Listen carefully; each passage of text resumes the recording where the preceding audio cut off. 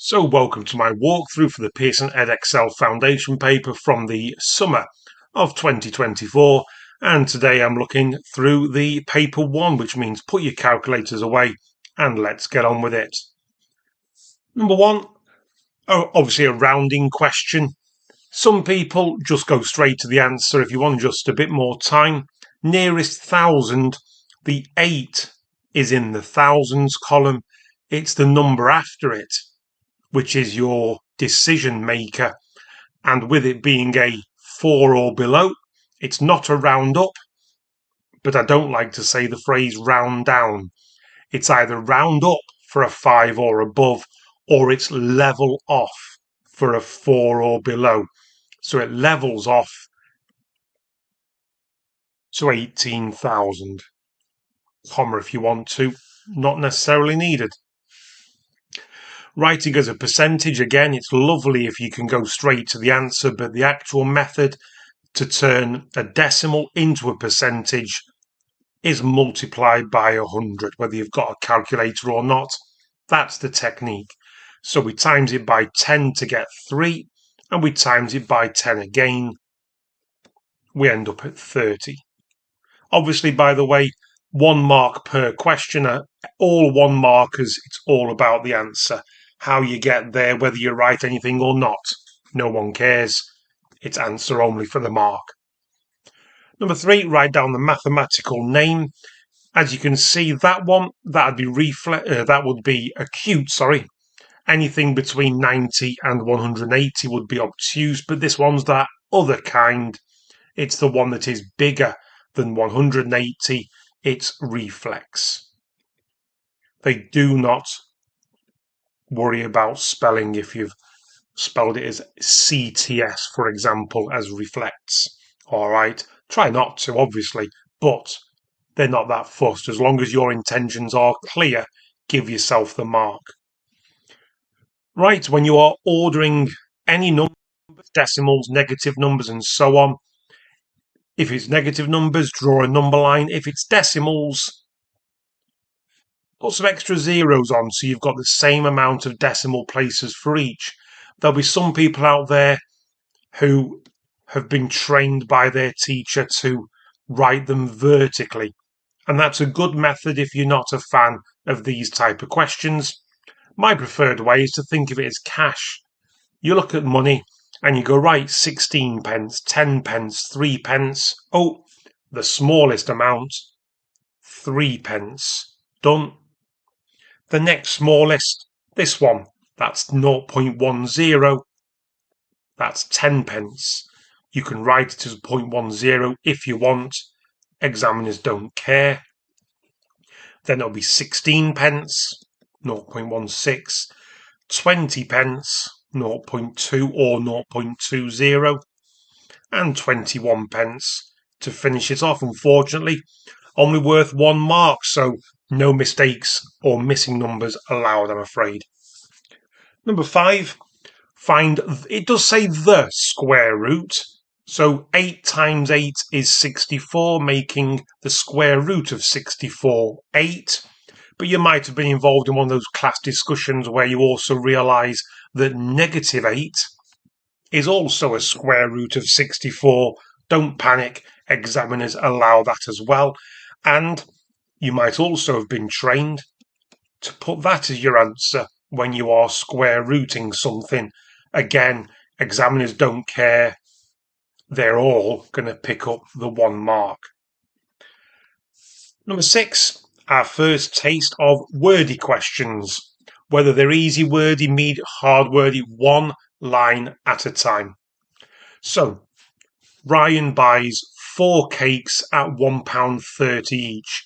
Do not read on. Don't carry on reading. You can just dig yourself into a hole. We know that £1.30, 4 times. Let's work out how much he spends on cakes. Whether it's column addition, repeated addition, feel free. I'm going for multiplication. 0 times 4.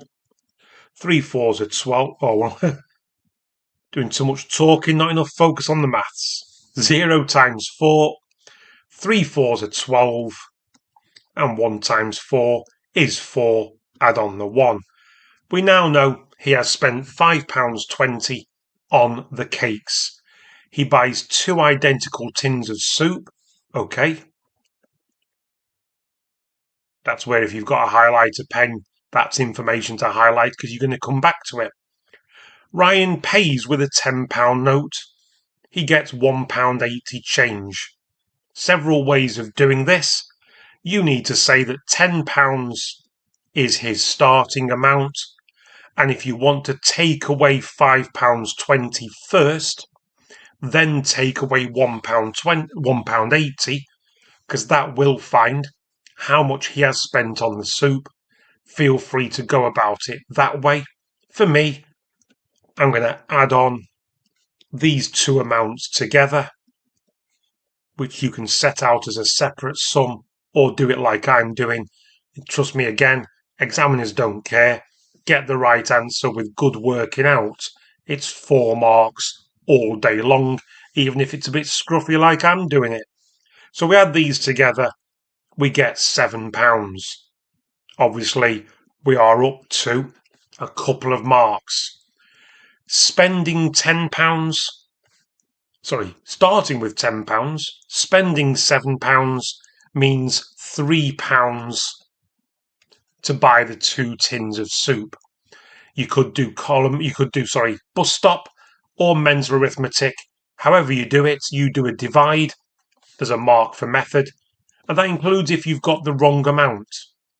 Let's say you've got something else there like £3.50, £3.20. As long as you halve it, you're only losing 1 mark, 3 out of 4.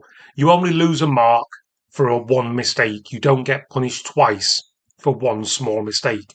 But anyway, £3 halved is £1.50 for your 4th and final mark. As you can tell for number 7, there is no way I'm sitting here with my pathetic ability on technology to draw using the line thing like that. No chance. Absolutely no point. I'd be wasting your time and mine. At the end of the day, as you can see, it's 4 marks for a bar chart.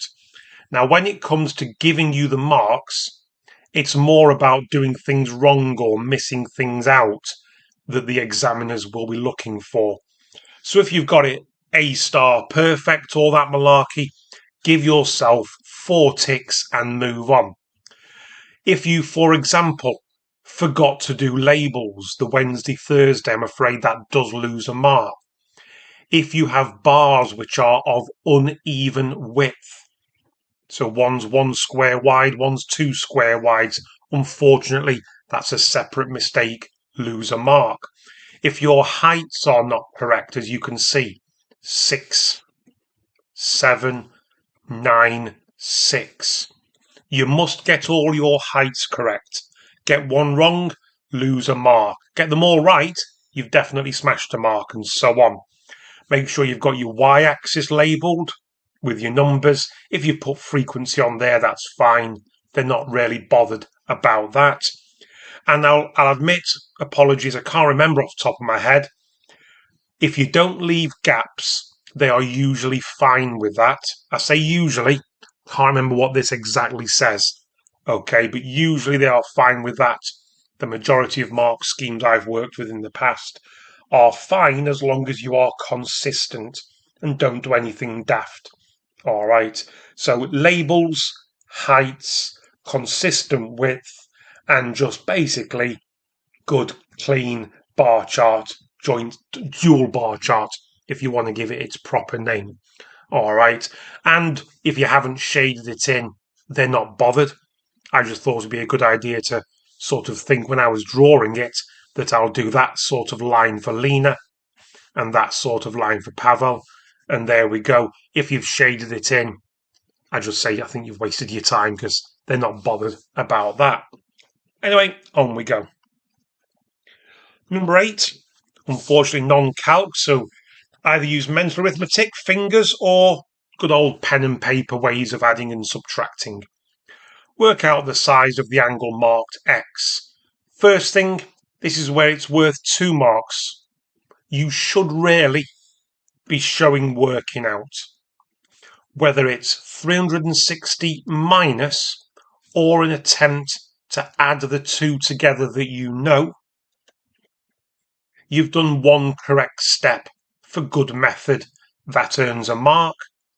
360 minus 310, whether you've done it mentally or column addition, no one cares. But your second mark is for 50. To give a reason, you've actually already used the reason you want to be explaining. So in your own words, and do not use all 3 lines, you simply want to get the keywords in that angles at a point add up or sum to 360. Do not overcomplicate, do not waffle.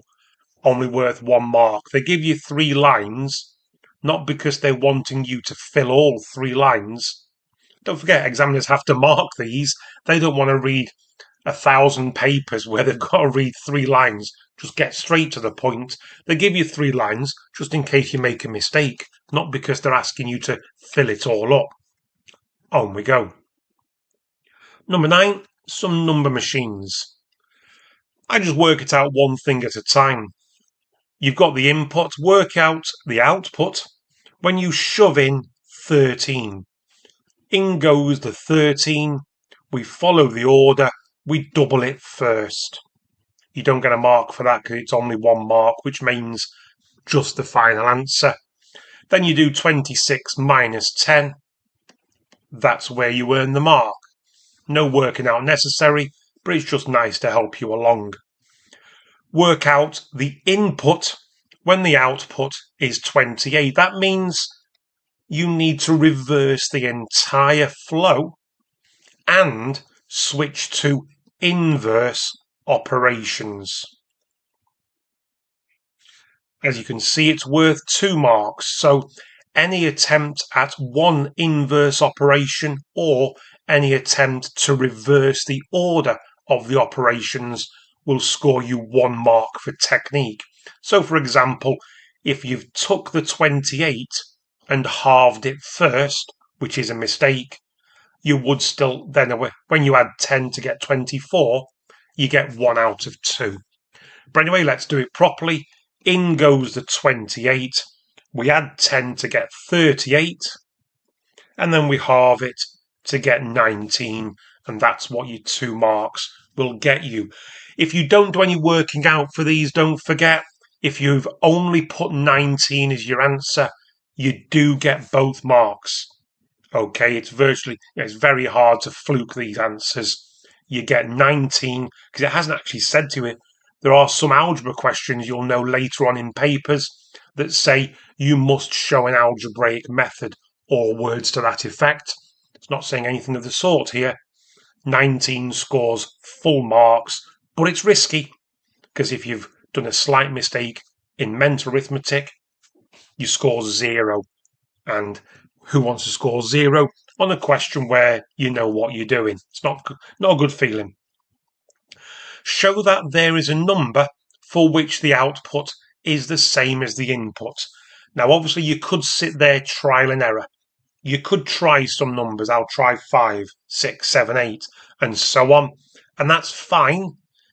You might just get there. You might end up with the right answer. I'll tell you now, the right answer is 10. You get 2 marks for that with no working out. It's fine. But in terms of how you do it, the best way for me is algebra. You've got a number. You don't know what it is. What you do know is that it's doubled and you subtract 10 and you get the same number out. It's just, you might not be a huge fan of algebra, but that's where it's got its uses. We now add 10 to both sides, subtract an x from both sides, and that's why the answer is 10.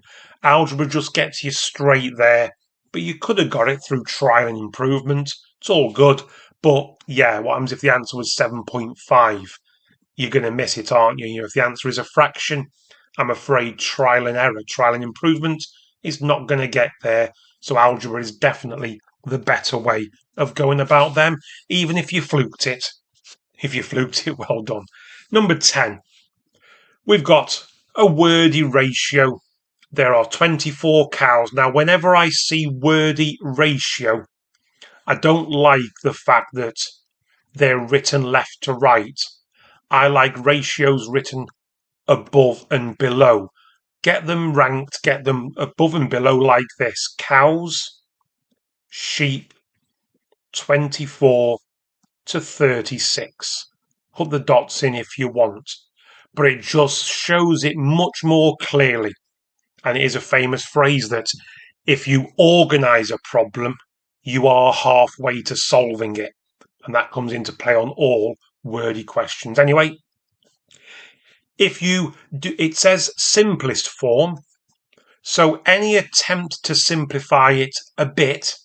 So for example, if you've halved both numbers, that's what scores you 1 mark. But to get your second mark, it must be as far as it can go. So 6 to 9, nope, not quite there. Those are in the 3 times table. So yeah, divide by 2, divide by 2, divide by 2, divide by 2. I'm afraid you've then got to finish off by dividing by 3. Or you might have spotted that they're both in the 12 times table and therefore jump straight to the right answer. Divided left and right, cows and sheep, by 12. It's all good, but as I say, 2 marks for the perfect answer, 1 mark for any partial simplification. Must be correct, by the way.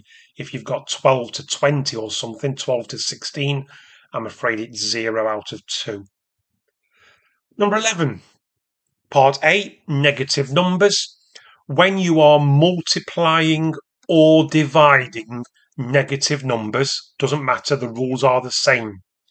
If the signs are the same, it's a positive answer.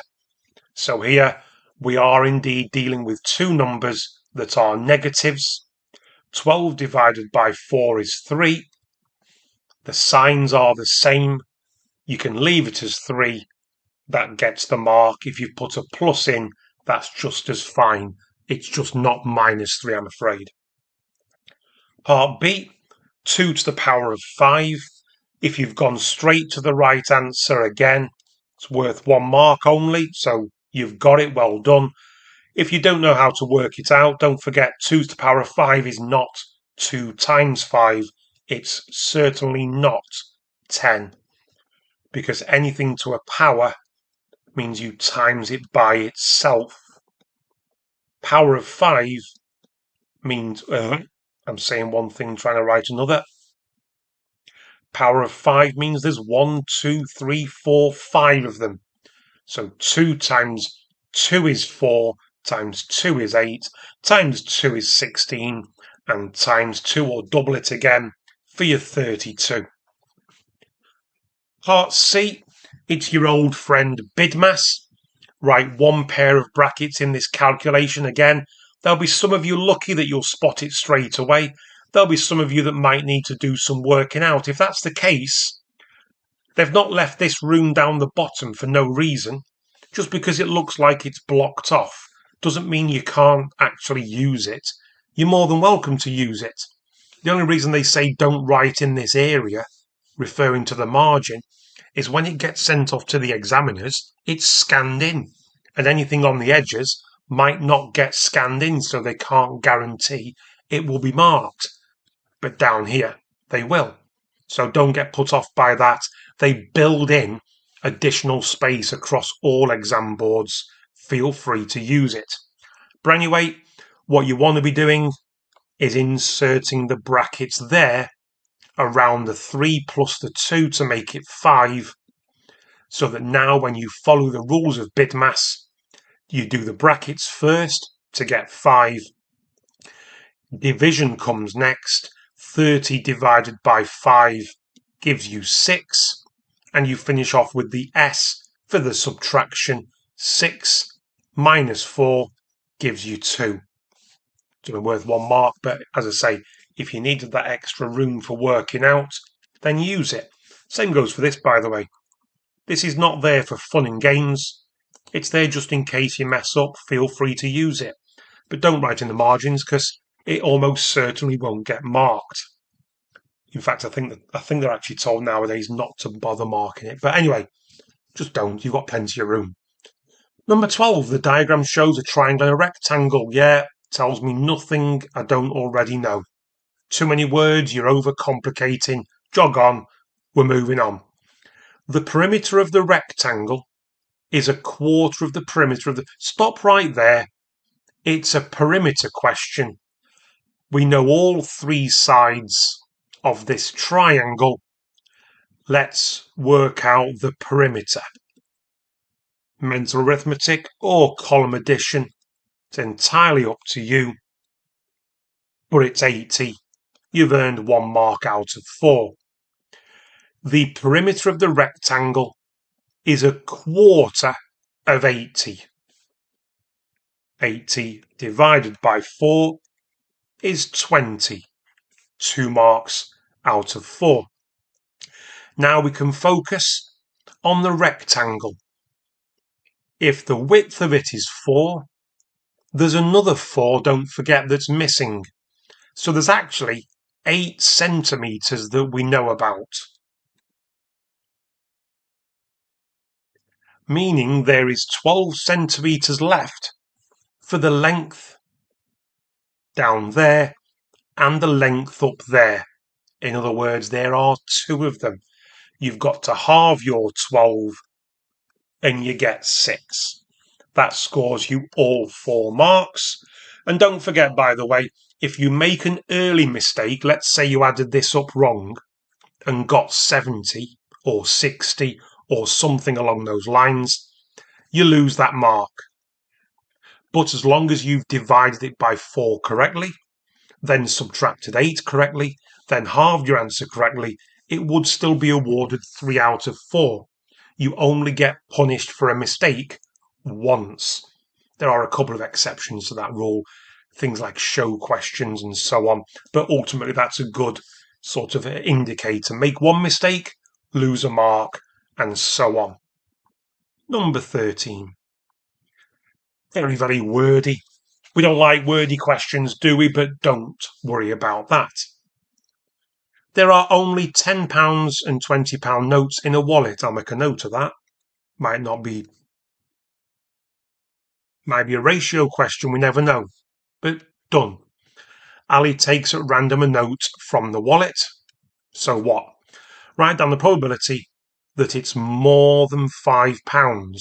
Oh, well, there we go.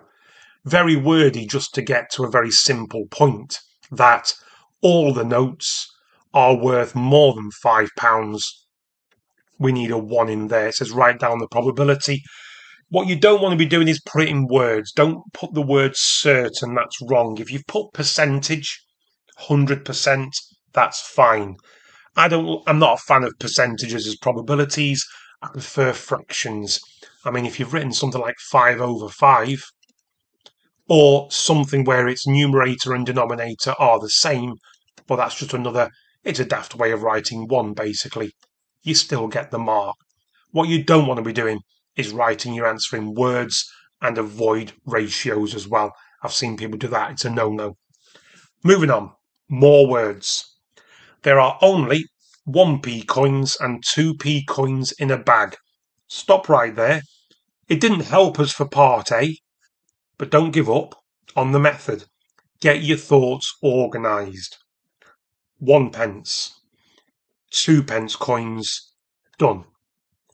The total value of the coins in the bag is 40 pence. I'll park that over there.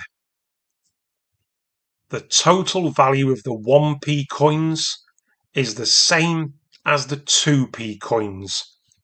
That means that 40p needs halving. We've got 20 pence of each, but don't read on. That means we've got 21p coins,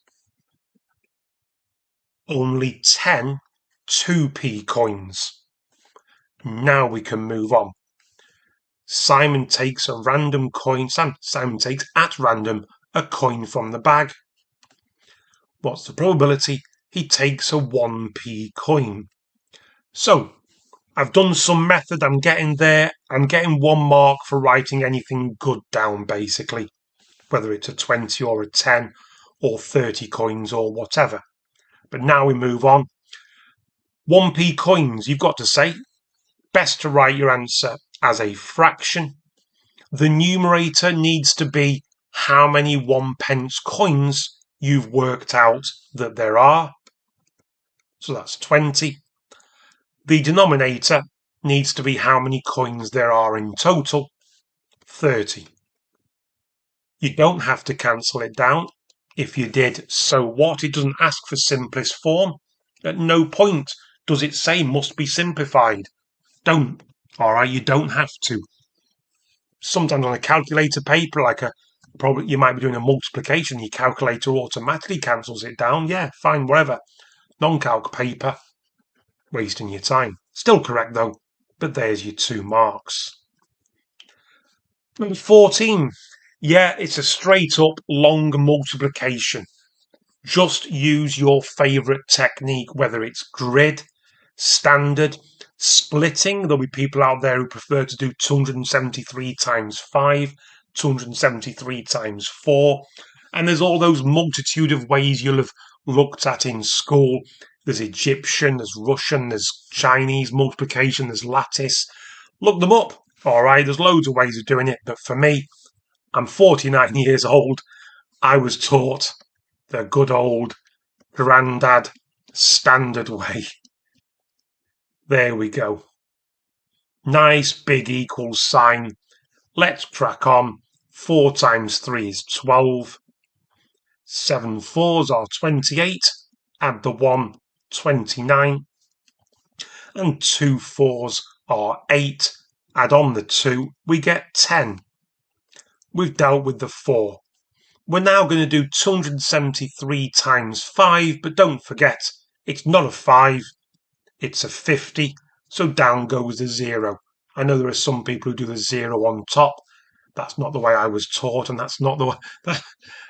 It's done me right for 40 years, so I'm going to stick by it. Anyway, 5 threes are 15. 5 down, 1 across, keep the columns going. 7 fives are 35.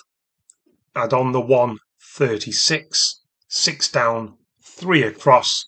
And finally, 5 twos are 10. Add on that 3 for 13. It now becomes a giant addition. Starting from the right-hand side, 2 plus 0. 9 plus 5 is 14. 1 across. 6 plus 1 is 7. And then we end up with 13 plus 1. Do them both together. You can leave your answer in your working out. Examiners do have to mark it. I'll scribble it in down here. Now, obviously, because there are so many ways of doing this, the mark scheme for quite a basic, standard looking question, the mark schemes are extremely complicated. So let's just go with the old, if you make 1 mistake, give yourself 2 out of 3 if there's 1 small calculational error. Or if you've got 1 digit wrong, if you end up with 14,542, it's definitely going to be worth 2 marks out of 3.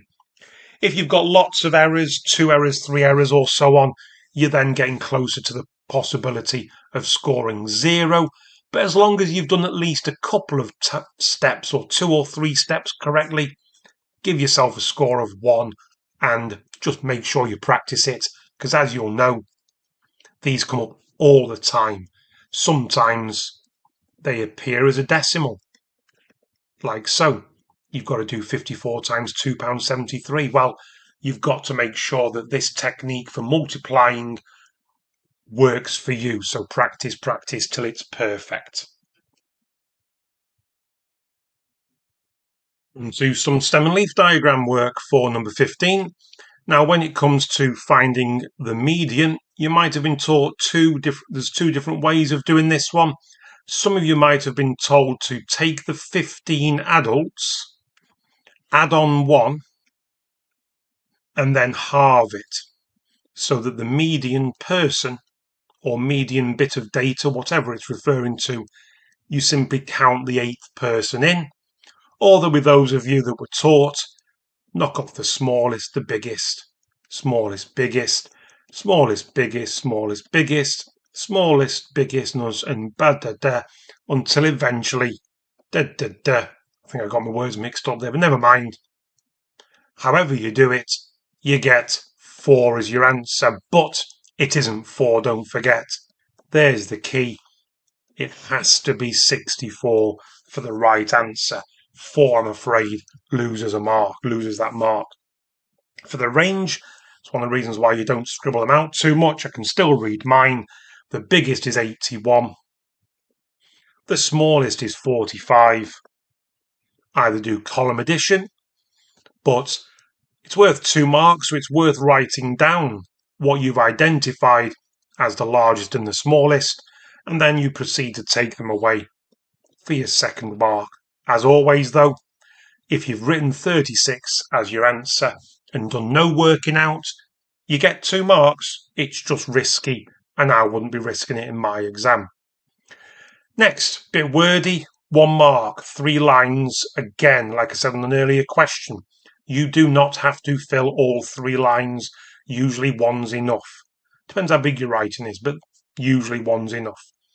Tessa also recorded the times that 15 children took to complete the run. For the children, the median, the middle, their quote-unquote, there's 3 averages, as we know, mean, median, mode. This average was 75 minutes. And that's what you want to get across. If the children are 75 minutes and the adults are 64 minutes, you need to get your explanation in context. So I would be saying, we're dealing with a median, but the phrase I would be getting in, the 2-word phrase, is that. Get in, and then after that, on average, the children were slower or the adults were faster as they have a lower median, or the children were slower as they have a higher median. That's it. About 10-12 words, that's all you need. No need to overcomplicate. You might want to go a bit posh and just say 75 is greater than 64, but yeah, whatever. However you've gone about it, getting across that they are on average faster or on average slower, depending on which perspective you've decided to answer from. Number 16. Batteries are sold in packs of 4, 8 and 12. Okay. No need to write anything down. No need to highlight it. Looks pretty straightforward. Yes, it's wordy, but I wouldn't be getting my highlighter pen out. I don't think there's much point in writing anything from the diagram down. It's pretty straightforward. And these 3 lines tell us nothing that's not already on the diagram. Which pack gives the best value for money? That's it. So let's crack on. 4 batteries, £1.80. Whether you do bus stop or just to find the cost of 1 when you know 4, halve it. It's entirely up to you. As long as you get 45 pence for them. Then we move on. We're now dividing by 8, which you could again do half, and half again. So 8 into £3.20, though I'll stick with the bus stop. 8 into 3, that's a no. But 8 into 32 is 4. So they're coming out at a better value. They're 40 pence. They're currently in the lead.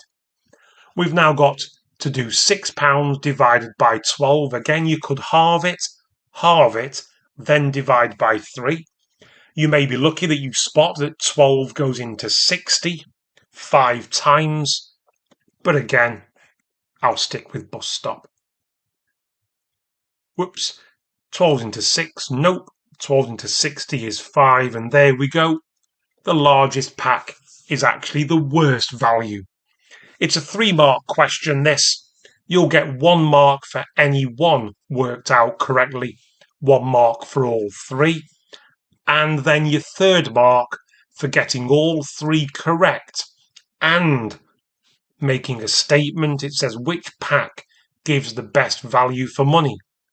Just these numbers does not answer that question. You must state the obvious. Something like best value is the pack of 8. You need the statement and all 3 correct for 3 marks. You cannot just make the statement. Okay, when it says you must show, that's where working out is absolutely essential. I've mentioned it a couple of times already in the video. Sometimes answer only can be worth 2 marks, but not here. Answer only here, 8 pack. If you've put 8 pack on the page and nothing else, that scores 0. Onwards. Number 17, some good old standard algebra. There are 2 schools of thought on this. You might be the sort of person who notices, oh, I can divide both sides by 2. That's indeed going to work for this one, but for me, just in case 2 didn't go into it, could be a 19 there. I'm not a fan of doing algebra with decimals until the final step, until I have to. So I am a big fan of saying, look, there's brackets. Expand, which means 2 times 4x and 2 times minus 5, because that earns you a nice mark. 1 line of correct process. Adding 10 to both sides gets you, as you'll know, 28 for your 2nd line of correct process. And finally, x, you need to divide both sides by 8. Now again, unfortunately I've forgotten if the mark scheme allows that, but I certainly wouldn't leave it like that. I would try and cancel it down. Let's halve the top, halve the bottom. Halve the top, halve the bottom. Now I do know for a fact, because I've written it down on my annotated answers, that 7 over 2 is perfectly acceptable, as is 3.5, as is 3.5. All of them gets you the final mark. I'm just afraid off the top of my head, I can't remember about those 2. But anyway, on we go. Number 18, indices. You've got to get that learned in your head. Anything to the power of 0 is 1. Whether it's a number, a letter, a decimal, a negative, x to the power of 0 is 1. Any number to the power of 0 is 1. If you want to know why, go and do some research. It's not for now. It's probably for another video for another day. Number 19. Transformations. You've got to describe it. Well, don't forget there are 4 types of transformations. There are rotations. It's not that because it's the same way up. There are enlargements. All right, it's not that because it's the same size. There are reflections. And it's not that because it's the same orientation. It's not been flipped around, flipped upside down or anything. So it must be that 4th kind. It's simply been slid, but you must use the proper word, translation or translate. They're the only 2 words that get you your 1st mark. Then you've got to go, right, we're going from triangle A to B. Pick a corner, count 1, 2, 3, 4, 5 to the right. And that same corner, that same vertex is 1, 2, 3, 4 down. So when you answer a translation question, it needs to be written as a vector, not words. So you can't just say 5 right, 4 down. You need to put the positive 5 on top, because that's 5 to the right. And for 4 down, it's a negative 4 on the bottom. You must write your answer as a column vector. If you've used round brackets, that's fine, that's acceptable. If you put a line between them as if they are a fraction, that is wrong. Examiners are very picky on that, so that's a no-no. Number 20, nth term. 159 and so on, it's going up in fours. You don't get a mark for that. What you do get a mark for is realizing that when you're doing nth term, going up in fours means it's the 4 times table. Write down your 4 times table, like so, and try to spot what's going on from the 4 times table to the sequence. No matter which number you pick, it's 3 lower than the 4 times table. It's -3. 1 mark for each part of that expression. Number 21, you always know on the non-calc paper that you're going to be asked at least one fractions question. So always make sure before that first paper you're practicing, because you know it's going to be on there. Is it going to be a times, a divide, an add, or a subtract? Am I going to have to convert mixed and improper and top heavy, all that malarkey? The answer is yes. You're going to have to do something. You might even have to do 2 of them. So always revise them.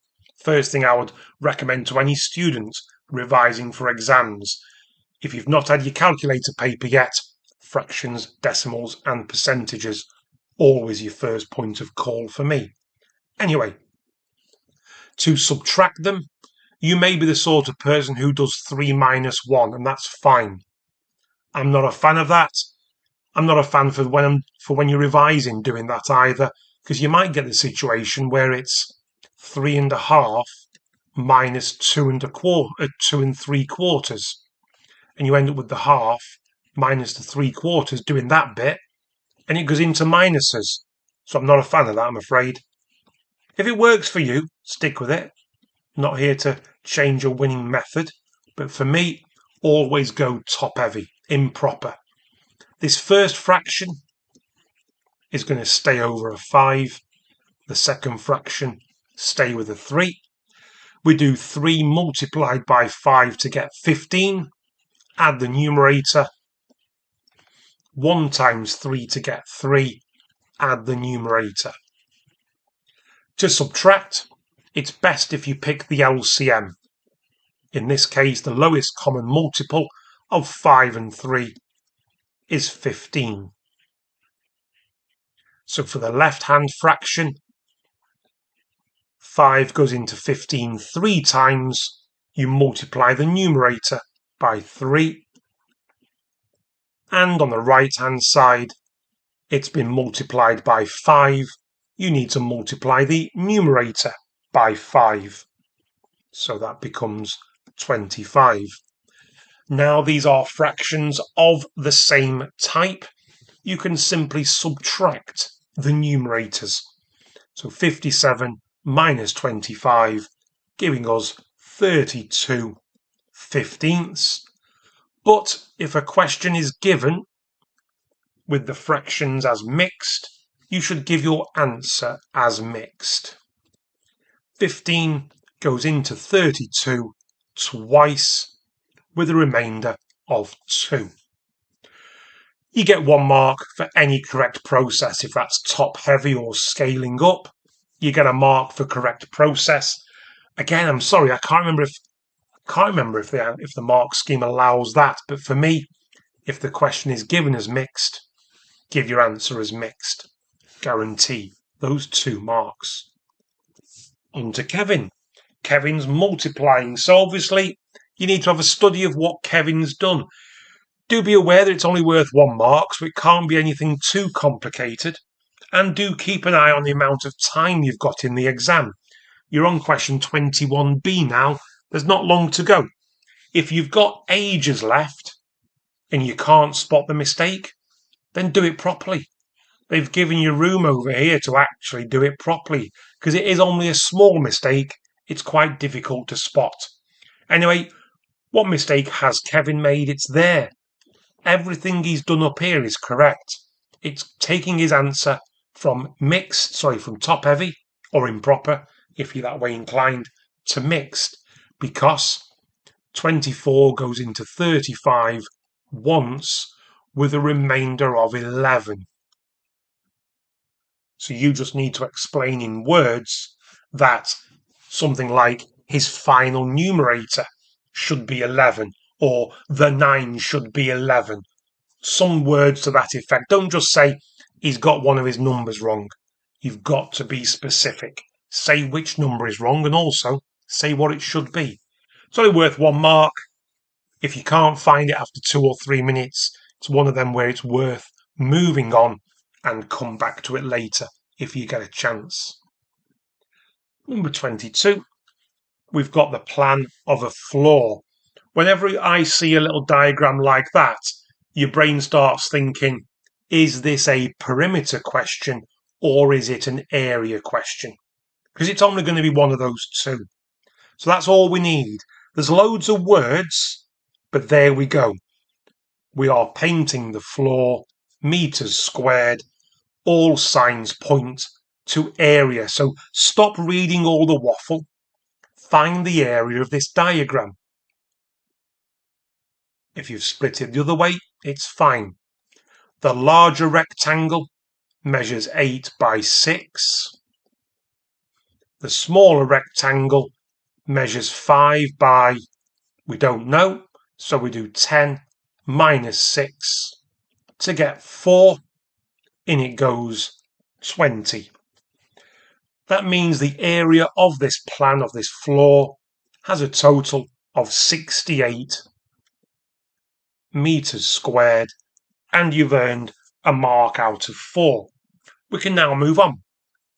Let's actually read the question properly. Petra's going to cover the floor with paint. Great, I don't care.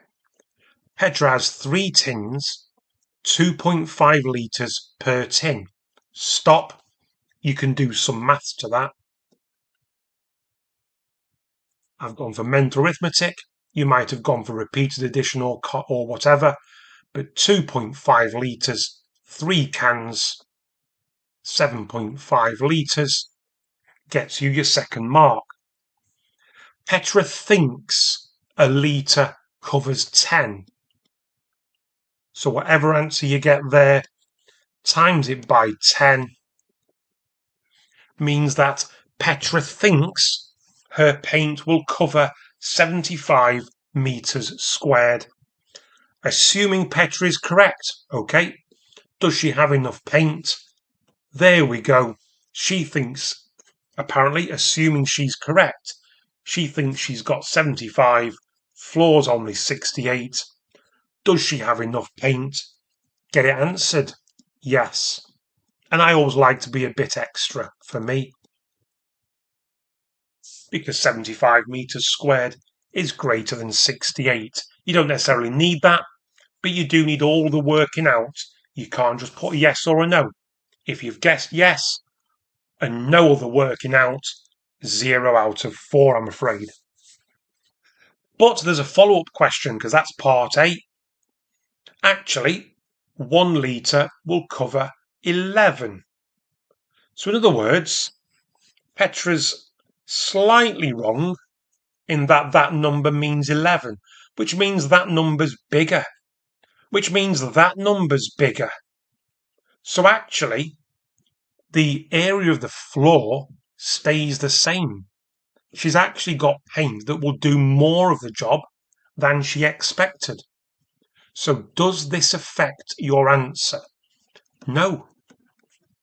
All right, the thing which would affect the answer is if she'd measured the floor incorrectly and it was somehow bigger than 75. That would affect the answer. She'd need more paint. But no, she's actually got a lot more paint than she thought. It says you must give a reason. So I would just put something along. Keep it simple. I would just put, and the mark scheme agrees with me, she'll just have more paint left over at the end. That's it. Keep it simple. You don't have to fill all 3 lines in. No, she'll just have more paint left over when she's finished painting. Number 23, sample space, or otherwise known as Venn diagrams. Write down the numbers that are in set P', also known as not P. So write down all the numbers that are not inside circle P. So do not write down the 12, the 15, or the 18. You want to write down all the others. They do not have to be in order. I just go 10, 14, and now across here. I like to do it like that. I know some people might just underline them as they go to make sure they don't miss one out, because if you miss one out, it's insta zero, and it's only worth 1 mark. So any small mistake, any extra numbers, any repeated numbers, any numbers that you're missing or extra, no, lose a mark. A number is chosen at random from the universal set stupid squiggle. Don't worry about what stupid squiggle means, no one cares. Find the probability that a random number is in the set P union Q. First of all, give your answer as fractions. The bottom part of the fraction, the denominator, should be how many numbers there are. So count them up. Doesn't tell you in the question. 1, 2, 3, 4, 5, 6, 7, 8, 9 numbers. There we go. How many are in? Because P union Q means P and Q together. There are 5 numbers in P and Q together. You get 1 mark for 5 and 1 mark for correctly putting 5 over 9. Keep it simple. Number 24. Little bit wordy, but the real essence of this is, yes, it's a speed, distance, time question, but it's actually more an estimate question. So for me, yeah, 513 kilometres. Stop right there. Don't call it 510. None of that. 500. You need to make them in, when you're estimating, it means make them numbers that you can deal with in your head. She pays 0.81 euros. 0.8 euros for every 10 kilometres she drives. So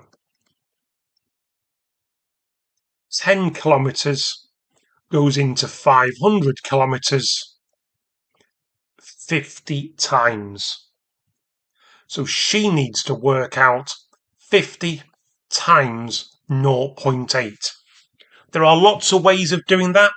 There'll be some of you that do 50 times 8 to get 400, but it's not 8. It's a factor of 10 smaller. So your answer needs to be a factor of 10 smaller. Or there'll be some of you that, think of 50 as times by 10, which gives you 8 euros, then times by 5. Still end up at 40. There'll be some of you that do 50 times 0.8, and you do it as a fraction. Top times top, bottom times bottom. Guess what? It still works. You end up with 40 over 1. However you do it, as long as you get 40, it's a good method. It works. Part B, is your answer an underestimate or an overestimate? It is an underestimate. As always, don't waffle. The main reason that our answer is an underestimate is the more she travels, the more it costs. That's the key. And as you can see, we actually rounded how far she travels. We rounded it down. So we're getting a much smaller answer. The actual cost, we rounded down. So in reality, Sophie is travelling further and it's costing her a little bit more every 10k.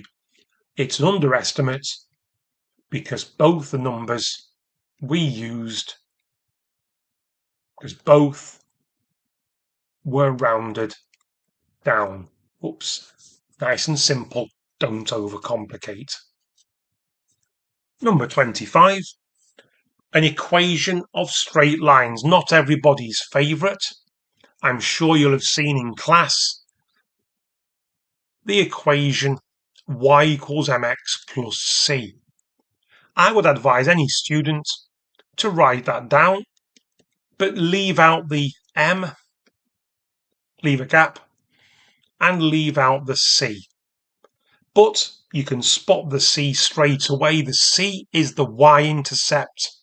So for our diagram, the number on the end should be +3. That earns you a mark. Then we are now trying to find the gradient of this line. How steep is this line? For me, the best method is find a couple of corners that it goes through.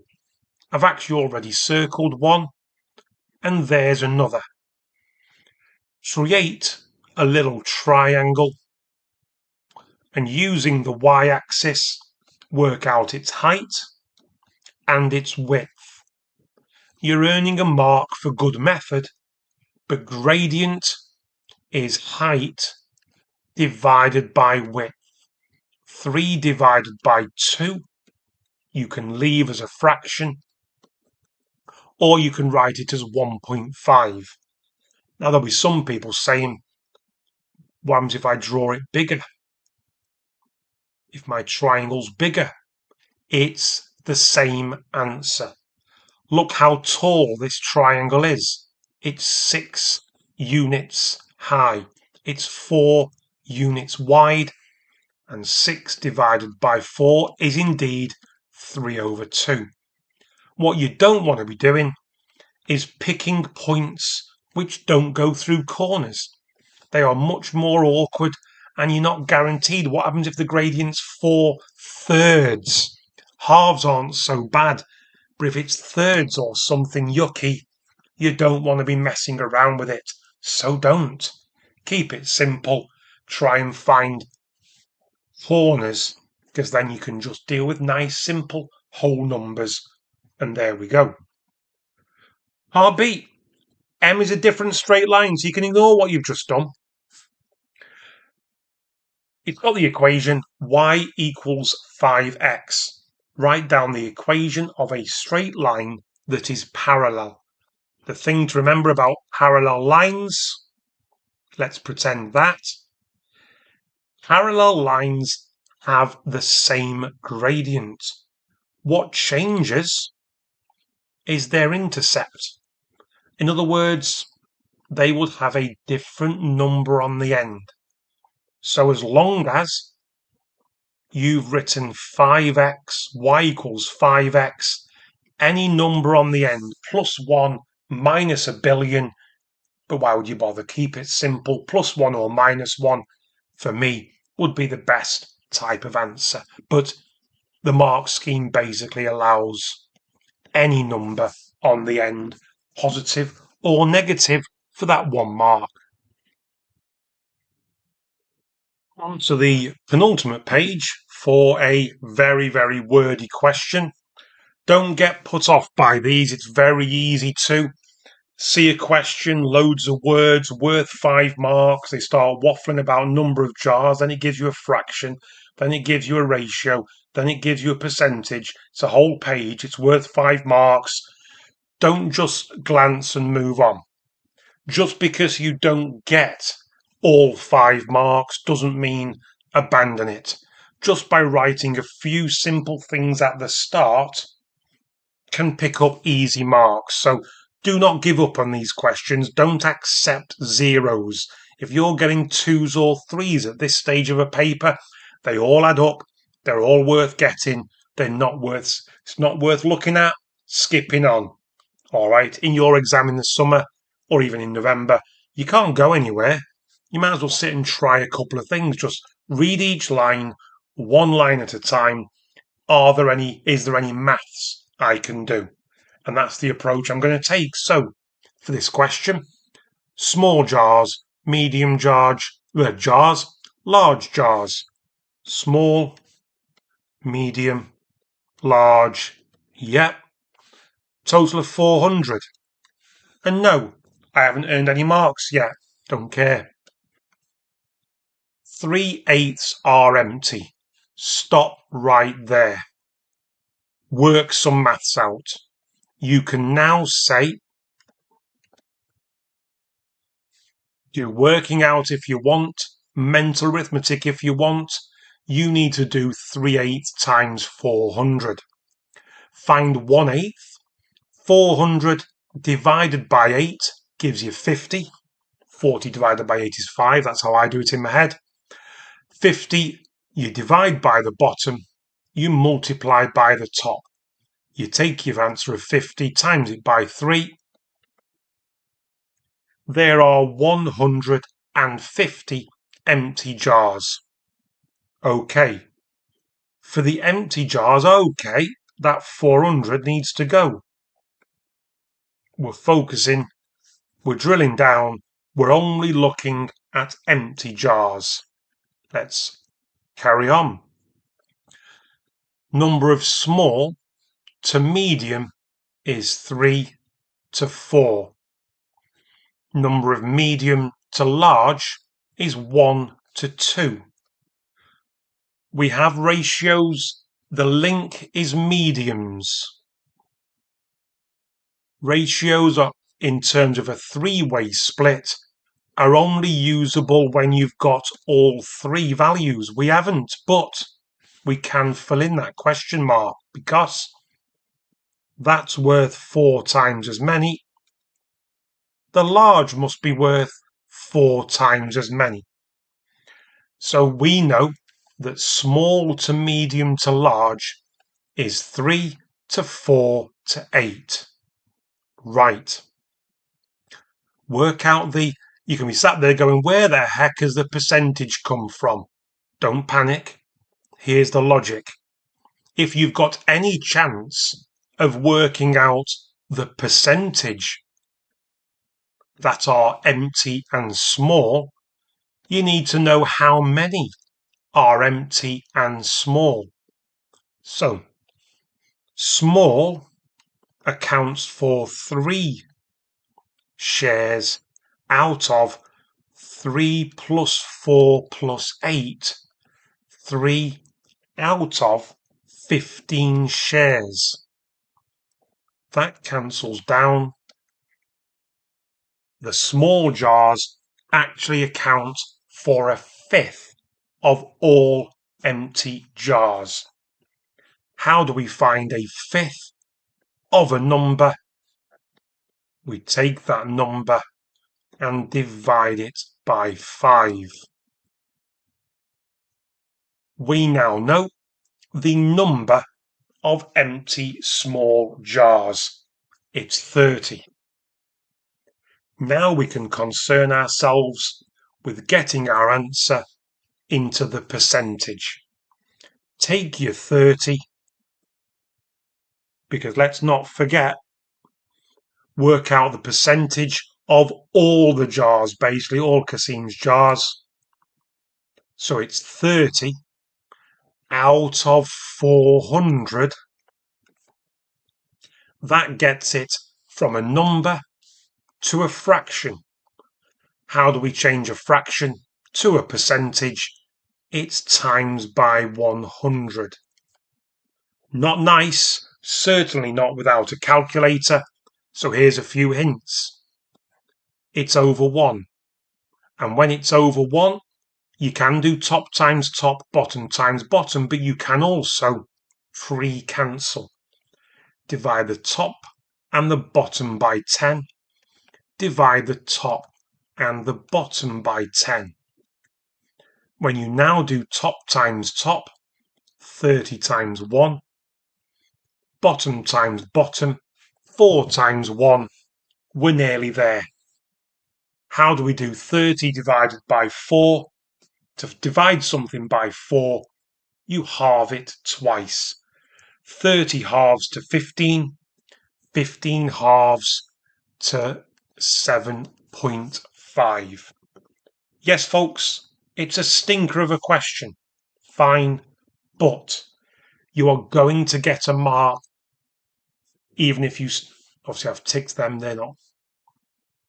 You will get this mark if you worked out 150. If you went no further, 1 out of 5 is better than 0 out of 5.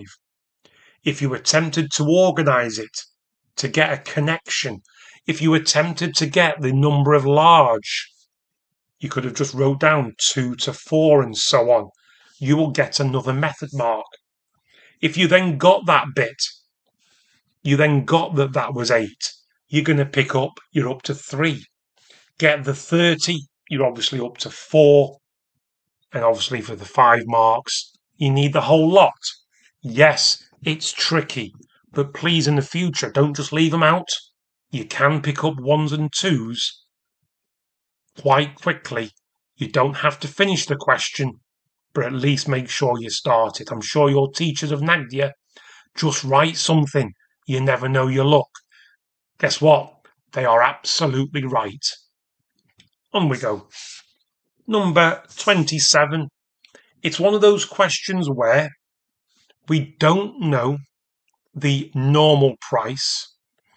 There is a reduction. We know the final price.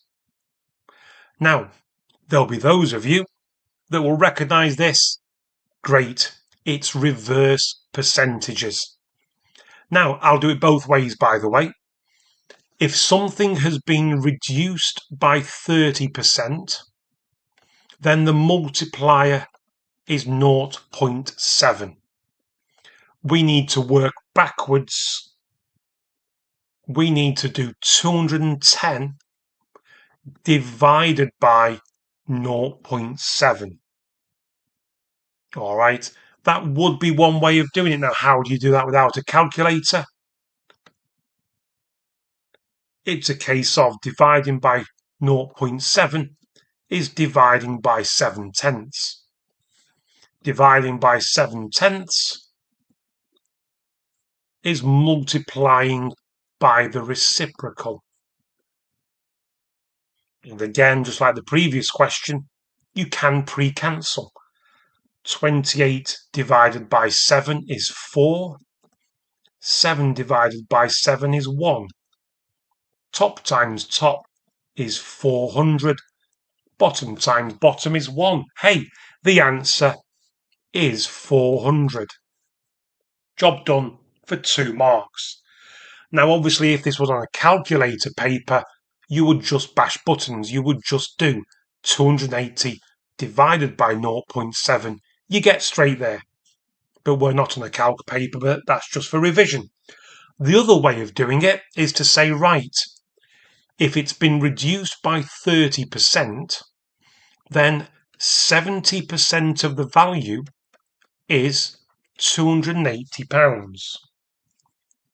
We can work out 10% then by dividing both sides by 7,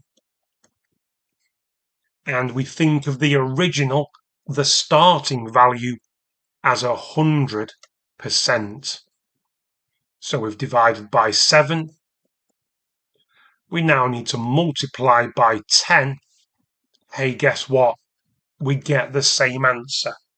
All roads lead to the same result. 1 mark for good method if you've attempted to divide by 0.7 or if you've broken it down like so. And 1 mark for the answer of 400. On we go. Number 28, a very unfriendly, non-standard inequality. A lot of people will get put off by the half x. My advice to all my students, if something's putting you off, find a way of getting rid of it. For algebra, that might mean rearranging it, putting the x's before the y's if you're doing a simultaneous equations question. But here, how do I get rid of a half? Double it. But to be fair, when you're doing equal signs or inequalities, you can't double something just to make your life easier. You must double everything. The x doubles, the 11 doubles, the 5 doubles, and then the half disappears to get 1, which you can write but you don't have to. This time I've got a negative x, so I don't like minus x's, particularly when you've got inequalities, so avoid them at all costs if you can. Adding an x to both sides gets rid of that horrible possibility. We now subtract both sides by subtract 22 from the left and from the right. And now we want our answer to have an x. Divide both sides by 3. And negative 12 divided by 3 is minus 4. You get 1 mark for any correct line of algebra. Doubling would count. If you've attempted to add a half x or subtract 11 or something like that, you also get that mark. You get a second mark for a second attempt to do something correct.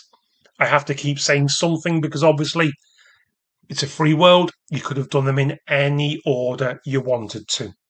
Okay, so order does not necessarily matter as long as you do the same to both sides. So 1 line of algebra correct, 1 mark. 1 more thing correct, 1 mark. But final answer required, and you've got your 3 marks. Now, as you can see, I've took over half an hour for that paper because there were a few that needed a few extra details adding it. And as you can, if you've watched the whole video, thanks for sticking with it. But I did do 2 or 3 of the questions multiple ways. So it's longer than my normal foundation paper videos, but it's because I thought it was worth a look at more than one technique for some of the questions. Overall, it wasn't a bad paper. There were 3, that inequalities question, that's tough. Reverse percentages without a calculator, that's tough. Casim and his jars, that's tough.